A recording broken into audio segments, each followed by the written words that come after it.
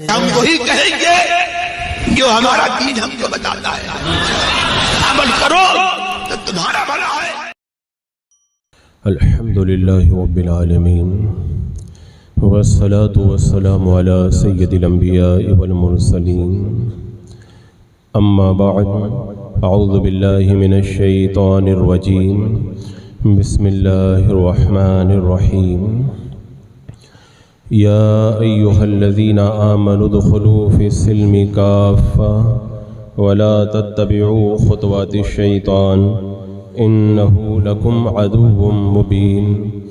صدق اللہ مولانا العظیم وصدق رسولہ النبی الامین المتین الکریم، ونحن علی ذلک لمن الشاہدین والشاکرین والحمد للہ رب العالمین۔ حصول برکت کے لیے حضور اکرم سید عالم نور مجسم محمد رسول اللہ صلی اللہ تعالی علیہ وسلم کی بارگاہ پر نور میں درود و سلام کا ہدیہ پیش کر لیجیے۔ اللہم صلی علی سیدنا و شفیعنا و حبیبنا و مولانا محمد وبارک وسلم صلاۃ و سلام علیک یا رسول اللہ صلی اللہ تعالی علیہ وسلم۔ اسلام کے قانون کا یہ ایک حسن ہے اور اسلامی قوانین کی یہ خوبصورتی ہے کہ اللہ تبارک و تعالی جب کسی سنگین جرم سے بندوں کو روکتا ہے اور منع کرتا ہے تو ڈائریکٹ اس گناہ اور اس برائی سے نہیں روکا جاتا، بلکہ اس گناہ اور اس برائی کے قریب جانے پر بھی پابندی لگا دی جاتی ہے۔ اللہ رب قدیر نے حضرت آدم علیہ السلام اور حضرت حوا رضی اللہ تعالی عنہا کو جب جنت میں رکھا اور ایک خاص قسم کے درخت کا پھل کھانے سے منع کر دیا تو یہ نہیں کہا کہ اس درخت کا پھل مت کھانا، بلکہ یہ کہا وَلَا تَقْرَبَا هَذِهِ الشَّجَرَةَ، تم دونوں اس درخت کے پاس میں بھی مت جانا۔ اللہ رب قدیر نے جب بدکاری کو، زناکاری کو حرام کیا تو صاف صاف فرما دیا وَلَا تَقْرَبُوا الزِّنَا، زنا کے پاس میں بھی مت جانا۔ فرمایا کہ قُلْ لِلْمُؤْمِنِينَ يَغُضُّوا مِنْ أَبْصَارِهِمْ، مسلمانوں سے کہو کہ وہ اپنی نظروں کو جھکا کر کے رکھیں، جو راستہ انہیں بدکاری کی طرف لے کر کے جاتا ہے ان اسباب کو بھی اپنے کام میں مت لائیں۔ اسی طرح آپ اسلامی قوانین کا حسن دیکھیں، آپ کو جگہ جگہ یہ بات نظر آئے گی، اور عام طور پر جب بندہ کوئی گناہ کرتا ہے تو اس میں دل کا بڑا رول ہوا کرتا ہے، اور دل پر جو چیزیں اثر کرتی ہیں زیادہ تر 3 بڑی چیزیں اثر کرتی ہیں: دیکھنا، بولنا اور سننا، یعنی آنکھ، زبان اور کان کا دل پر بڑا اثر ہوتا ہے۔ اس لیے اللہ رب قدیر نے زبان پہ پابندی لگائی کہ وہ غلط چیزوں کو اپنی زبان سے نہ نکالے، آنکھوں پہ پابندی لگائی غلط چیزوں کو نہ دیکھیں، کانوں پہ پابندی لگائی کہ غلط چیزوں کو نہ سنیں، تاکہ ان دروازوں سے گندا پانی دل کے حوض کے اندر نہ اترے اور دل میلا ہو کر کے گناہوں کی طرف نہ بڑھنے پائے۔ لیکن آج ہم دیکھ رہے ہیں کہ اللہ رب قدیر نے جن گناہوں کے دروازوں کو بند کرنے کے لیے پابندیاں عائد کی تھی، جو حدیں قائم کی تھی، ان حدوں کو ہم دھڑلے سے توڑتے ہوئے نظر آتے ہیں۔ آج ہمارے معاشرے کے اندر کانوں کے ذریعے جو گناہ سرزد ہو رہے ہیں، یہ بات میں اس لیے آپ کے سامنے رکھ رہا ہوں کہ مختلف جمعہ کے اندر میں نے موجودہ ملک کے حالات اور جو عالمی حالات ہیں ان کو لے کر کے مسلمانوں کی تباہی اور بربادی کے اسباب کیا ہیں ان کو اپنا عنوان بنایا ہے، اور تباہی اور بربادی کا ایک بڑا سبب یہ بھی ہے، اس لیے میں آج اس کو ذکر کرتا ہوں کہ کانوں کے راستے سے گناہوں کا ایک بہت بڑا سیلاب ہمارے دل کے اندر داخل ہوتا ہے۔ اسی لیے اللہ رب قدیر نے کانوں پر بھی پابندی لگا دی، اور قرآن پاک میں فرمایا کہ قیامت کے دن کانوں سے بھی پوچھا جائے گا کہ تم نے کیا کیا کیا ہے۔ لیکن آج کانوں کے ذریعے جو گناہوں کا بازار گرم ہے، میرے آقا صلی اللہ تعالیٰ علیہ وسلم نے جب قیامت کی نشانیاں گنائی تھی تو قیامت کی نشانیوں کے اندر ایک بڑی نشانی یہ بھی بتائی تھی کہ گانے بجانے یہ عام ہو جائیں گے۔ ایسا نہیں کہ یہ آج ہو رہا ہے، اس سے پہلے بھی بہت گانے بجانوں کا سسٹم رہا ہے، لیکن آج جتنا یہ گانوں بجانوں کا معاملہ عام ہو گیا ہے اس کا آپ تصور کریں تو رونگٹے کھڑے ہو جائیں۔ گھر کے اندر میوزک بج رہی ہے، آپ باہر نکل جائیں وہاں پر بھی گانے کی آواز آپ کے کان کے اندر پڑے گی۔ اگر نکاح کی محفل ہے تو گانا باجا آپ کو وہاں پر بھی نظر آئے گا، عقیقہ کی محفل ہے وہاں پر بھی لوگ گانا بجانا سے نہیں چوکتے، بلکہ ختنہ جو سنت مصطفیٰ ادا کی جاتی ہے اس سنت کی ادائیگی کی محفل کے اندر بھی آپ کو گانے باجے کی کثرت نظر آئے گی۔ ایک مونگ پھلی بیچنے والا جب ٹھیلا لے کر کے نکلتا ہے وہ بھی گانا بجاتا ہوا نکلتا ہے، رکشہ چلانے والا وہ بھی اپنے رکشے کے اندر گانا بجا رہا ہے۔ آپ جو ہے وہ بس میں بیٹھ جائیں گانے کی آواز آپ کے کانوں میں آئیں گی، پلین میں داخل ہو تو سب سے پہلے جو آواز آپ کے کانوں میں ٹکرائے گی وہ میوزک کی آواز ٹکرائے گی۔ ایک کسان اپنے کھیت کے اندر جب ٹریکٹر چلاتا ہے تو وہ گانا بجاتے ہوئے ٹریکٹر چلاتا ہوا نظر آتا ہے۔ آپ شاپنگ مال کے اندر چلے جائیں وہاں پر بھی میوزک کی دھن آپ کے کانوں کے اندر پڑے گی۔ آپ دیکھیں کہاں کہاں ایک معمولی ٹھیلا چلانے والے سے لے کر کے بڑی بڑی قیمتی گاڑیوں کو چلانے والوں کو آپ دیکھیں گے کہ وہ بھی اس گانے کی وبا کے اندر گرفتار نظر آتے ہیں۔ حضرات مکرم بلکہ حال تو یہ ہو گیا ہے، ایک جنازے کے اندر جانا ہوا تو جب جنازے کی نماز ہونے لگی ایک صاحب کا موبائل بج اٹھا اور موبائل پر انہوں نے رنگ ٹون پر گانا بجا کر کے رکھا تھا۔ اب ظاہر سی بات ہے غم کا ماحول ہے، ایسے غم کے ماحول میں جب گانا بجے گا تو کیا اثر ہوگا؟ وہ بڑے شرمسار ہوئے، جلدی سے موبائل کی گھنٹی بند کر دی، لیکن دوبارہ پھر کال آئی، پھر گانا بجنا شروع ہو گیا۔ اب آپ بتائیں موبائل ہماری ضرورت تھی، ہم اس پر ایک سادہ رنگ ٹون لگا کر کے کام چلا سکتے تھے، لیکن اس کو بھی ہم نے گناہ کا ذریعہ بنایا۔ اور اس کے بعد میں پھر 2 قدم آگے بڑھ کر کے معاملہ یہاں تک پہنچا کہ کسی کو فون لگاؤ تو یہ بندہ خود تو نیک ہے، گانے سے بچتا ہے، لیکن سامنے والے کو فون لگایا اس کو اتنا جو ہے وہ جہنم میں جانے کا شوق چڑھا ہوا ہے کہ وہ اپنے موبائل پر فون آنے کے لیے جو گھنٹی سیٹ کر کے رکھا اس پر بھی گانا لگا ہے۔ اب فون لگانے والے کے پاس میں یہی راستہ ہے، یا تو فون کاٹ دے یا پھر موبائل کو اپنے آپ سے تھوڑا دور کر دے اور یا پھر آرام سے اس کا گانا سنے اور وہ بھی گنہگار ہو اور یہ بھی گناہ کے اندر مبتلا ہو۔ ایسی نوبت آ گئی ہے حضرات مکرم۔ آج میرے آقا علیہ الصلوۃ والسلام نے فرمایا تھا نا کہ قیامت کی نشانیوں میں سے ہے کہ گانا بجانا عام ہو جائے گا۔ یہ کتنا عام ہو چکا ہے۔ ایک بار مسجد نبوی شریف کے اندر نماز ہو رہی تھی اور کسی صاحب کا موبائل بج اٹھا اور اس کی رنگ ٹون کے اوپر گانا سیٹ کیا ہوا تھا۔ اب ظاہر سی بات ہے مسجد نبوی کے جو مائک ہیں ان کی سنسٹی بڑی ہائی ہوتی ہے، وہ بڑی دور سے آواز کو کیچ کرتے ہیں۔ اب پوری مسجد نبوی کے اندر نماز ہو رہی ہے، گانا گونج رہا ہے۔ اب آپ بتائیں میرے آقا صلی اللہ تعالیٰ علیہ وسلم کی مقدس مسجد جو ہے وہ گانے سے گونج اٹھی ہے۔ آج یہ گانے بجانے کا یہ سسٹم ایسا عام ہوا، اگر گھر کے اندر پہلے تو ایک دور تھا کہ گانا کوئی آدمی شوق سے سننا چاہتا تھا تو سنتا تھا، آج اگر موبائل کھولتا ہے کوئی دوسرا کام بھی کرنا چاہتا ہے تو سامنے پہلے میوزک اس کے کانوں کے اندر آ کر کے پڑتی ہے۔ میرے آقا صلی اللہ تعالیٰ علیہ وسلم نے ایک موقع پہ ارشاد فرمایا تھا کہ عذاب آئے گا۔ کیسا عذاب؟ مفہوم حدیث پاک ہے کہ لوگ بندر اور خنزیر بنا دیے جائیں گے۔ صحابہ کرام رضوان اللہ تعالیٰ علیہ مجمعین نے پوچھا تھا کہ یا رسول اللہ کیا وہ لوگ توحید اور رسالت کی گواہی نہیں دیں گے؟ میرے آقا علیہ الصلوۃ والسلام نے ارشاد فرمایا وہ توحید اور رسالت کی گواہی دیں گے۔ صحابہ کرام نے پوچھا کہ یا رسول اللہ پھر ان پر عذاب کیوں آئے گا؟ میرے آقا صلی اللہ تعالیٰ علیہ وسلم نے ارشاد فرمایا وہ گانے بجانے کے اور رقاصہ عورتوں کے عادی ہوں گے، شراب کا دور دورہ ہوگا، کھیل کود میں مصروف ہوں گے، یہاں تک کہ رات میں جب سوئیں گے صبح میں اٹھیں گے تو اللہ انہیں بندر اور خنزیر کے اندر تبدیل فرما دے گا۔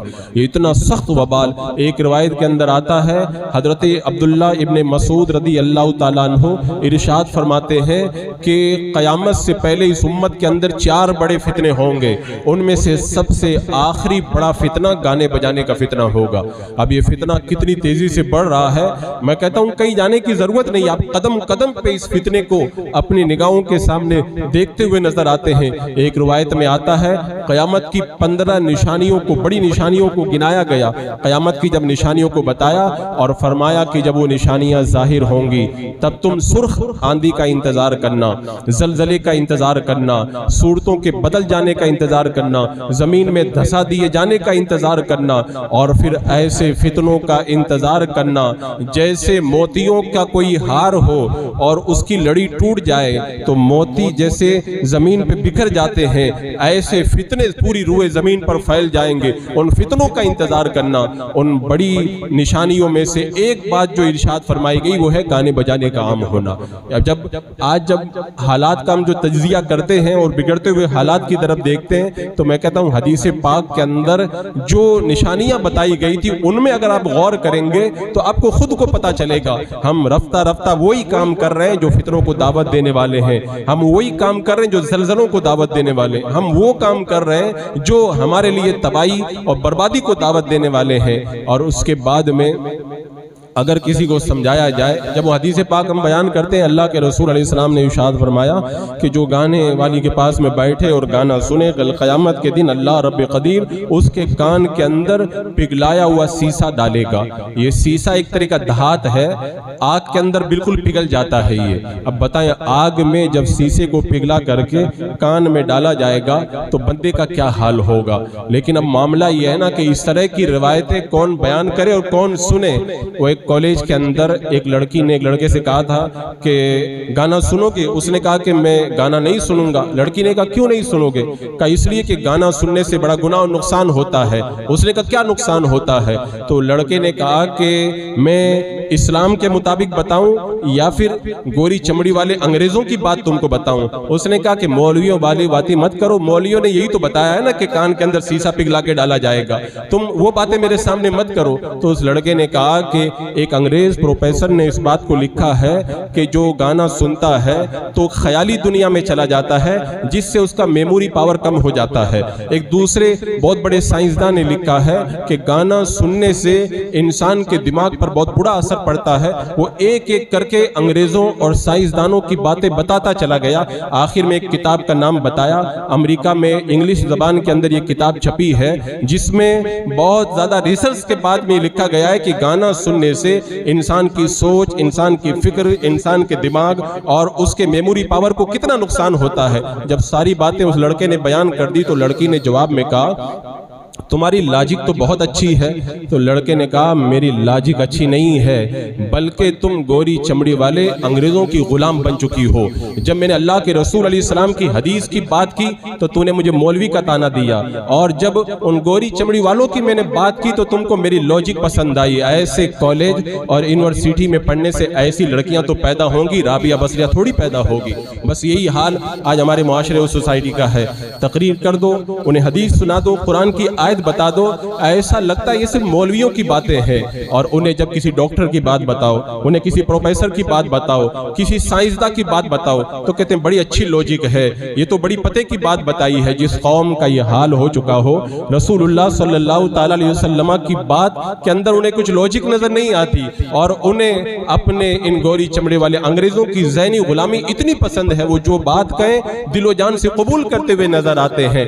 حالم یہ ہو چکا ہماری لوجک کا، میں بتاؤں یہ ایک بڑا کڑوا عنوان ہے، ہمارا حال یہ ہو چکا ہے لوجک کے حوالے سے کہ اگر میرے آقا صلی اللہ تعالی علیہ وسلم اگر پوری حیا کا حکم دے، پردے کا حکم دے تو کہتے ہیں یہ مولویوں کی باتیں ہیں، اور اگر انگریزوں کی طرف سے، اگر ان دنیا داروں کی طرف سے یہ بتایا جائے کہ کپڑے پھاڑ کر کے پہنو تب بھی کہتے ہیں لوجک بڑی اچھی ہے، اگر علماء کی طرف سے بتایا جائے اسلام کی ان پابندیوں پہ عمل کرو تو کہتے ہیں صرف مولویوں کی باتیں ہیں، اور اگر بتا دیا جائے یہ ٹریفک مت توڑنا، اس سے یہ نقصان ہوگا، یہ مت کرنا، یہ قانون لاگو ہوگا تو کہتے ہیں ہمارے فائدے کے لیے تو کہا گیا ہے، یہ تو صحیح لوجک ہے۔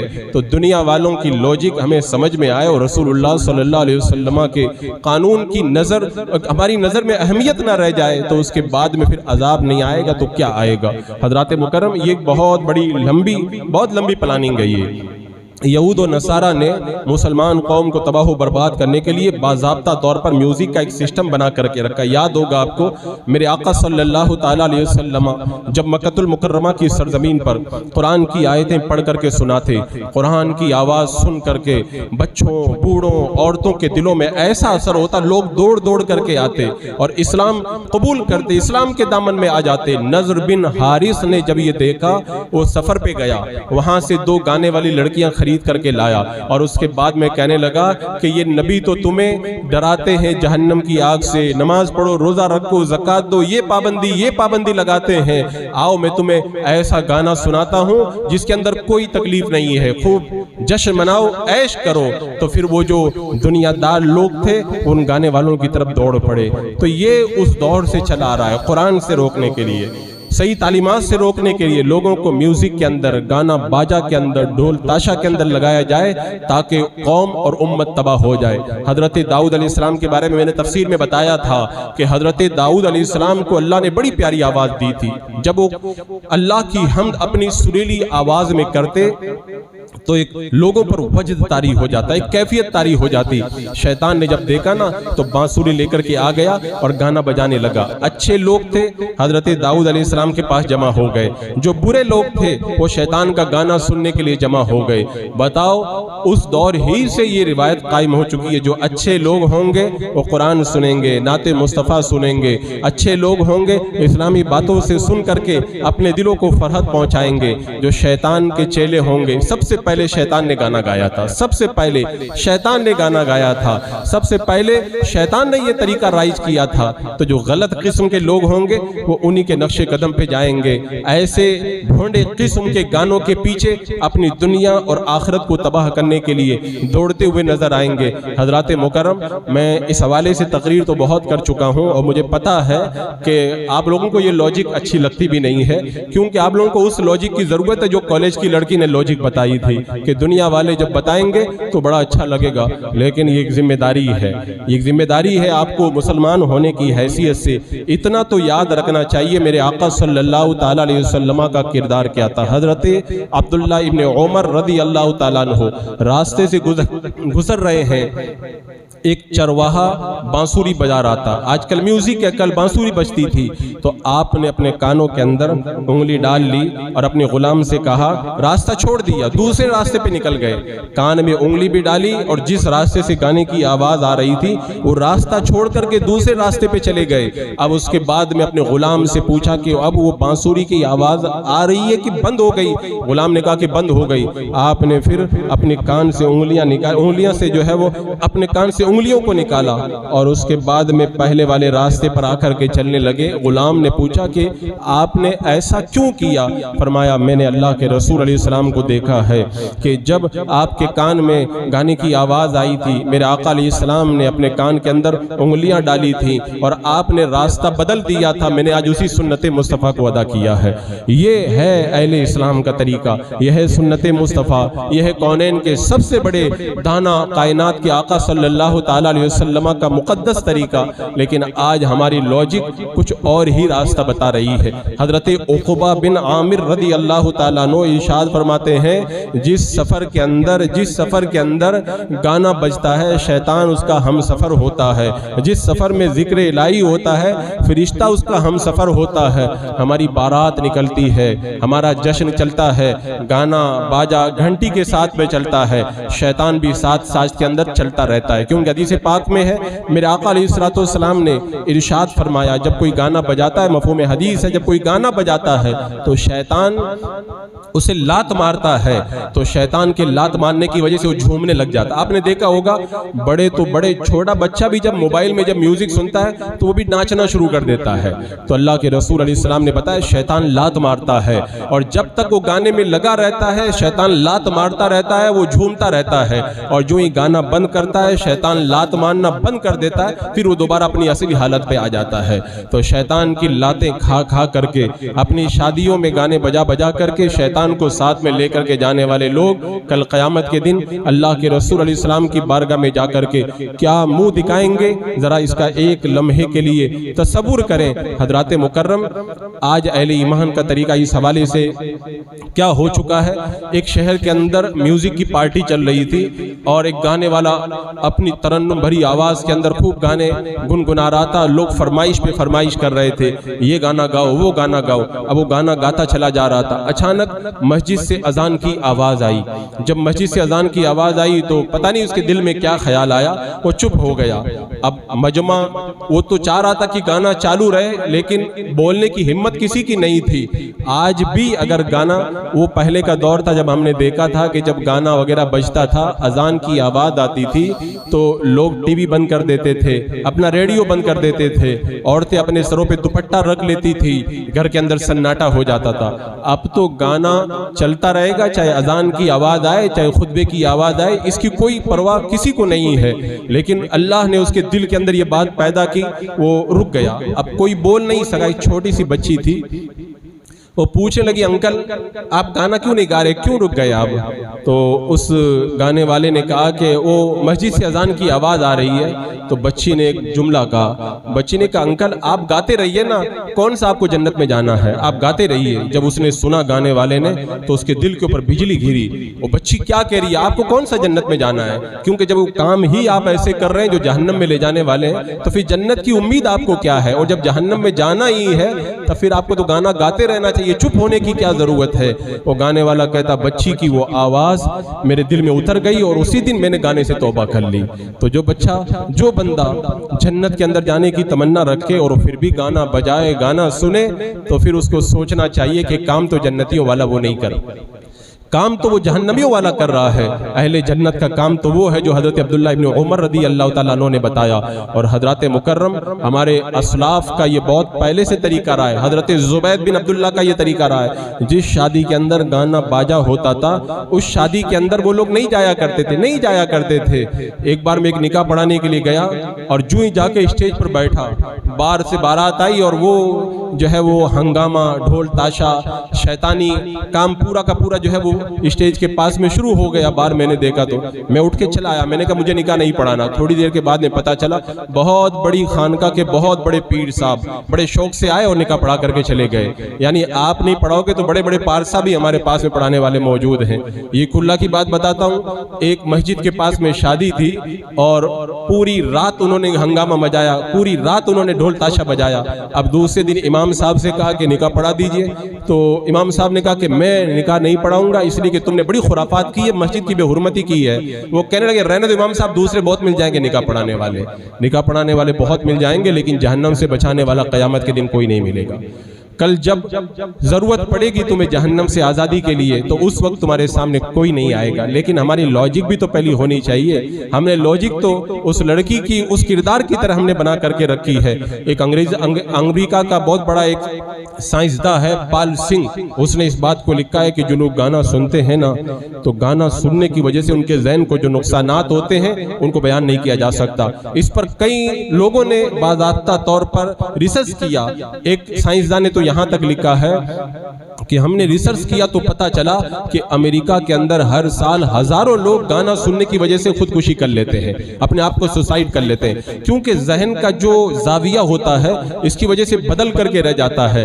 لیکن بندہ اس کو سمجھے تب تو، لیکن جب کوئی سمجھنے کے لیے تیار نہ ہو تب کیا کیا جائے گا؟ ان لوگوں کا حال اور عالم تو یہ ہے کہ انہیں یہ باتیں سب مولویوں کی باتیں نظر آتی ہیں۔ قرآن سناؤ کہتے مولویوں کی باتیں، حدیث سناؤ کہتے مولویوں کی باتیں۔ اگر ان کو بتاؤ کہ اللہ کے رسول علیہ السلام نے ارشاد فرمایا دو آوازوں پر لعنت ہے، دو لوگ ملعون ہیں، ایک غم کے موقع پہ چلا کر کے رونے والے اور دوسرا خوشی کے موقع پہ باجا وغیرہ بجانے والے، یہ ملعون میرے آقا علیہ السلام نے قرار دیا۔ کہتے یہ مولویوں کی باتیں ہیں، تو ان کا حال تو سمندر کی اس مچھلی کی طرح ہے۔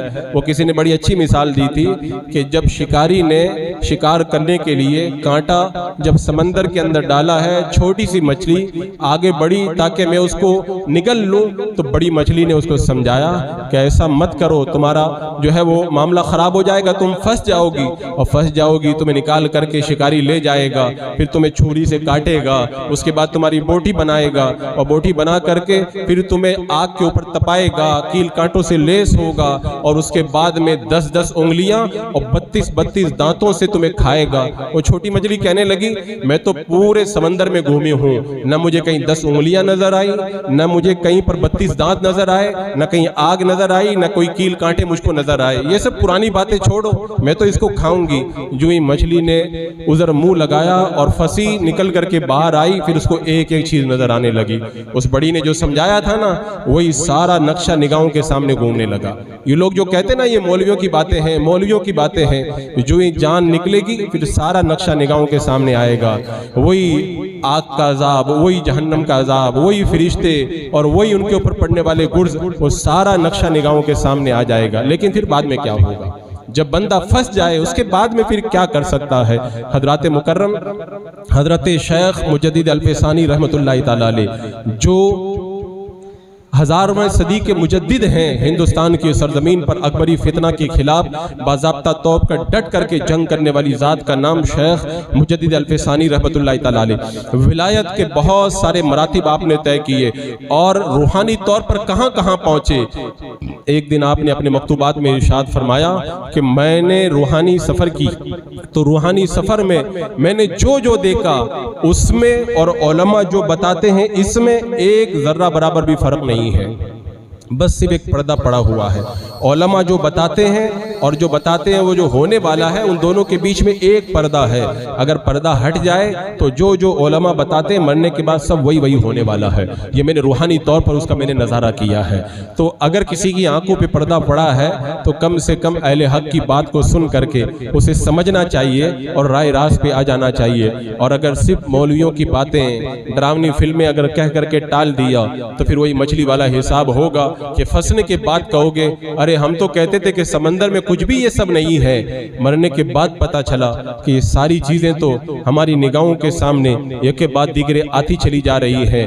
آپ دیکھیں میرا رب قرآن پاک میں کیا ارشاد فرماتا ہے، افحسبتم انما خلقناکم عبثا، کیا تم نے یہ سمجھ رکھا ہے کہ تم کو افحسبتم انما خلقناکم، ہم نے تمہیں بیکار پیدا کیا ہے، تم ہماری طرف لوٹ کر کے نہیں آؤ گے۔ اللہ تعالیٰ ارشاد فرماتا ہے ایحسب الانسان ان یترک سدی، کیا انسان اس گھمنڈ میں ہے کہ اسے آزاد چھوڑ دیا جائے گا؟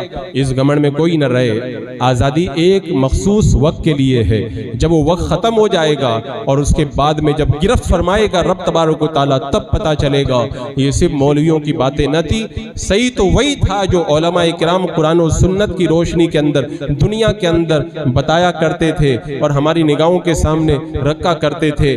آج ہماری لوجک کا یہ حال ہو چکا ہے۔ یہ بات میں اس لیے بار بار کہہ رہا ہوں کہ لوگ یہ روایتیں سب سنتے ہیں جس کو میں بیان کر رہا ہوں، لیکن اس کو اپنے اوپر نہیں لیتے۔ کسی سے کہا تھا ایک بار آدمی نے، اگر میں تمہیں 10 کروڑ روپیہ دے دوں تو تم کیا کرو گے؟ کہا اگر مجھے 10 کروڑ روپے دو گے تو مسکراؤں گا، اللہ کا شکر ادا کروں گا۔ تو کہا لیکن ایک شرط ہے، 10 کروڑ روپیہ دوں گا لیکن ساتھ میں یہ بھی شرط ہے کل صبح کے وقت میں تمہاری آنکھ پھر کبھی نہیں کھلے گی۔ اس نے کہا تب پھر مجھ کو پیسہ نہیں چاہیے۔ کہا کہ اتنا پیسہ دے رہا ہوں پھر بھی تمہیں پسند نہیں؟ کہا کہ وہ کل جو صبح ہوگی نا مجھے وہ زیادہ پسند ہے، مر گیا تو پھر یہ پیسہ میرے کیا کام کا؟ کہا اس کا مطلب یہ ہوا کہ یہ کروڑوں روپے سے زیادہ بہتر وہ صبح ہے جو اللہ تعالیٰ روزانہ تمہیں عطا فرماتا ہے۔ روزانہ رات میں تم جو سو جاتے ہو اور صبح میں جو اٹھتے ہو نا، یہ اللہ کی اتنی بڑی نعمت ہے کہ تم 10 کروڑ روپیہ دے کر بھی نہیں لوگے۔ اگر آپ سے بھی کوئی کہے کہ کروڑوں روپیہ لے لو لیکن کل نیند نہیں کھلے گی، آپ پیسہ لینا گوارا نہیں کریں گے۔ اس سے آپ اندازہ لگائیں روزانہ کی جو صبح ہوتی ہے نا، اللہ کا کتنا بڑا کرم ہے۔ یہ کروڑوں کروڑوں روپے سے زیادہ قیمتی ہے، لیکن ہمارا یہ حال ہو چکا ہے کہ ہم اللہ کی دی ہوئی اس کروڑوں روپے سے زیادہ قیمتی نعمت کو روزانہ پاتے نہ، صبح میں اٹھ کے مسکرا کے الحمدللہ پھر کہنا گوارا نہیں کرتے ہیں۔ اگر کوئی کروڑ روپیہ دے دے تو مسکرا کے کہیں گے تمہارا شکریہ، اللہ تعالیٰ روز وہ اتنی بڑی نعمت دیتا ہے، لیکن اس کے باوجود بھی ہم اللہ کا شکر ادا کرتے ہوئے نظر نہیں آتے۔ اسی لیے حدیث پاک میں فرمایا جو گانا سنتا ہے وہ کفران نعمت کرتا ہے۔ اللہ نے جس کام کے لیے کان دیے ہیں اس کام میں اس کو استعمال نہیں کرتا، کسی اور کام میں استعمال کرتا ہے، یہ اللہ کی نعمت کی ناشکری ہے۔ اور قیامت کے دن اللہ تبارک و تعالیٰ اس نعمت کے بارے میں پوچھے گا۔ شیطان کو اللہ نے کیا کہا تھا؟ وَاسْتَفْجِزْ مَنِ اسْتَطَعْتَ مِنْهُمْ بِصَوْتِكَ، اللہ نے فرمایا تھا شیطان سے کہ تو اپنی آواز سے جس پر بھی قابو پا سکے اس کو پھسلا دے۔ یہ شیطان کا کام ہے، آوازوں سے لوگوں کو پھسلانا۔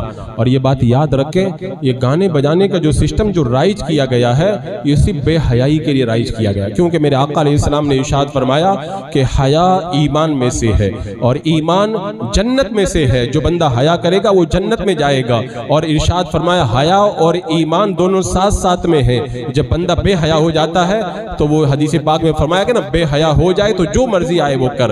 آج آپ دیکھیں جو گانے بجانے پہ اتر آتے نا، سفید داڑھی کا بوڑھا ہے، سفید داڑھی ہو گئی ہے، بارات کے ساتھ میں چل رہا ہے، بیٹے کی شادی ہے، اس سے کہتے ہیں وہ امام صاحب نے تقریر میں منع کیا تھا، پھر بھی آپ اپنے بیٹے کی شادی کے اندر یہ باجا لے کر کے جا رہے ہیں، تو 32 دانت نکال کر کے اپنا منہ چوڑا کر دے گا اور پھر ایسے ہی نکل جائے گا جیسے کچھ اثر ہی نہیں ہوا ہے۔ وہ تو پتہ تو قیامت کے دن چلے گا نا، اور اس سے کہا جائے گا کہ تو نے جو یہ بال سفید کیے تھے، کیا دھوپ میں بیٹھ کر کے بال سفید کیے تھے؟ کیا تیرے اندر عقل نہیں تھی، تیرے اندر سمجھ نہیں تھی؟ کتنا بڑا وہ بال، اور خاص طور سے اس دور کے اندر جس سے ہم زندگی گزار رہے ہیں، کتنا افسوس ہوتا ہے۔ حدیث پاک میں کیا فرمایا گیا؟ حدیث پاک میں اور اسلام نے ہم کو یہ درد دیا، ہم کو یہ محبت دی۔ اگر پورب کے اندر ایک مسلمان بے چین ہوتا ہے، پچھم کے اندر کھڑا ہوا مومن بندہ اپنے دل میں اس درد کو محسوس کرتا ہے۔ اسلام نے ہم کو یہ درد دیا۔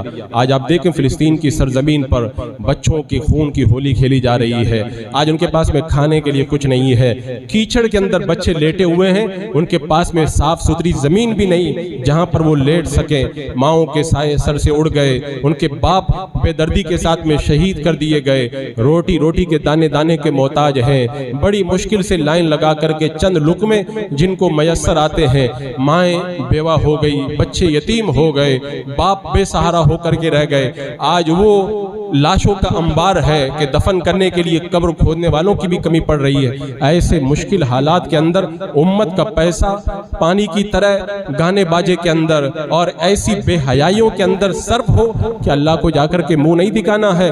حضرت امام سبکی رحمت اللہ تعالیٰ علیہ نے فرمایا تھا، اللہ نے ہاتھ اس لیے نہیں دیے کہ تم فریاد کرو، اللہ نے ہاتھ اس لیے دیے کہ ظالم کا گریبان پکڑ لو۔ اگر ظالم کے گریبان تک تمہارے ہاتھ نہیں پہنچ سکتے تو کیا ان ہاتھوں کے ذریعے گانا باجا کرو گے، بینڈ باجا بجاؤ گے؟